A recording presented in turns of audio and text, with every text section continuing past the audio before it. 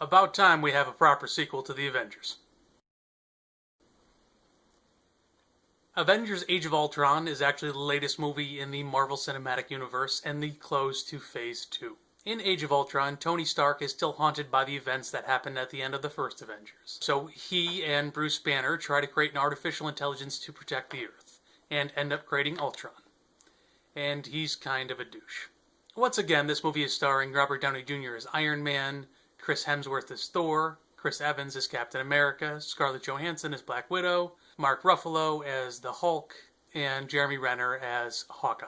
Also returning is Joss Whedon in the director's chair. You can definitely tell it's a Joss Whedon film. There's great dialogue between the characters. They kind of act like siblings. If you've ever grown up with brothers and sisters, I'm sure you can relate to them giving each other shit for things they say and things they do. Quite, I know I can. Like the first Avengers, they do a great job in juggling many characters. In this case, they actually may do better than the first one. On that note, I actually think that this would be a better title for the movie.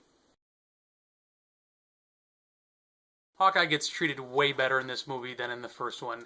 At the very beginning of the first movie, he was hypnotized and then didn't really have too much to do until the final action scene. In this movie, he gets most of the best lines, is involved with the action throughout the entire film, and they do a really good job fleshing out his character. James Spader does a very good job of bringing Ultron to life with a good mix of humor and intimidation. Ultron himself is a great villain. He's kind of the counterbalance to Iron Man. He has this great sarcastic wit, plus he's a big metal guy, like Iron Man, who can fly and shoot lasers and shit. So it's a good kind of back and forth they have throughout the film, and they're matched pretty well. On that note, wouldn't Iron Man be the evil one? Because he has a goatee. And if Star Trek has taught me anything, the one with the goatee is the evil one, right? Psst, I haven't seen that Star Trek episode. The new additions, Scarlet Witch and Quicksilver, played by Elizabeth Olsen and Aaron Taylor Johnson, also are a good fit in the movie and they work very well. Am I the only one that finds it weird that the last movie that Aaron Taylor Johnson and Elizabeth Olsen starred in together, they played husband and wife, and in this movie they're playing brother and sister? Huh? Now, this movie isn't perfect, so there are some things that kind of bothered me. The first one is kind of a complaint, but kind of not. Quicksilver in this movie isn't done quite as well as Quicksilver in Days of Future Past, but I don't really know how you'd top that. Also, if you keep slowing down time mid-fight, it's really going to fuck with the momentum.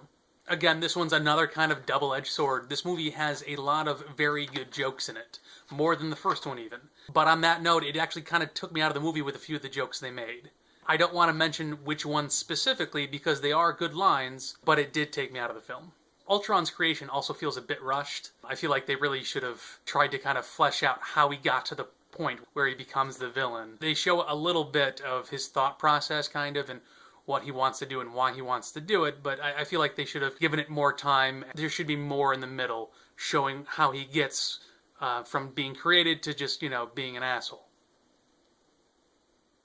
Apparently there will be an extended cut on Blu-ray, which hopefully will help with this particular issue. This problem that I have is really not a problem with the movie as much. It's more a problem with the fucking marketing, which I have a lot of problems with these days. Specifically Terminator Genesis. If you've seen those trailers, they're ruining the fucking movie. Please stop. Anyway, in Age of Ultron, they should not have shown that Vision was going to be in the movie. If you haven't seen the movie and don't know that Vision's going to be in the movie or who Vision is, don't look it up. It ruins a lot of the tension for a good chunk of the movie, knowing that this character is going to be in it. And there's also a shot in this movie where Hawkeye pulls this thing out of his boot, and it turns into like fucking 10 arrows. And he loads them on his bow, and he's going to shoot him, and he walks out a door, and you don't get to see him shoot him. What the fuck, man? So minor issues aside, this is a great addition to the Marvel Cinematic Universe and a worthy sequel to the original. I'm not sure if it's quite as good as the first Avengers, but that was also the first time we ever got to see all of these characters coming together in live action, so it did have that going for it.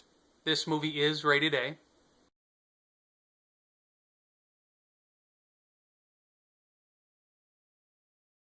Age of Ultron is a great ensemble movie.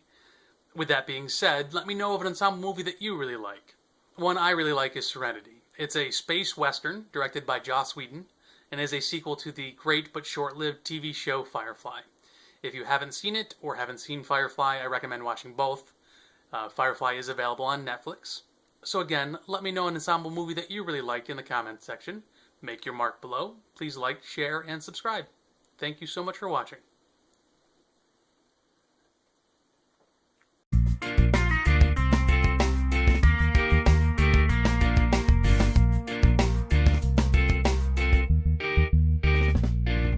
Age of Ultron stars Chris Evans as Captain America. It's pretty weird that Uma Thurman in The Avengers, the 1998 movie based on that British TV show, looks a bit like Black Widow in the current movies.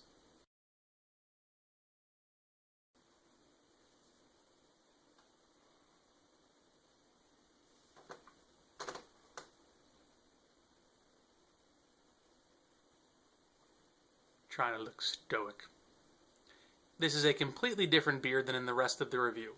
So if you're seeing this, I probably fucked up the shot in the last one. Or I'm being an ass and putting this in anyway.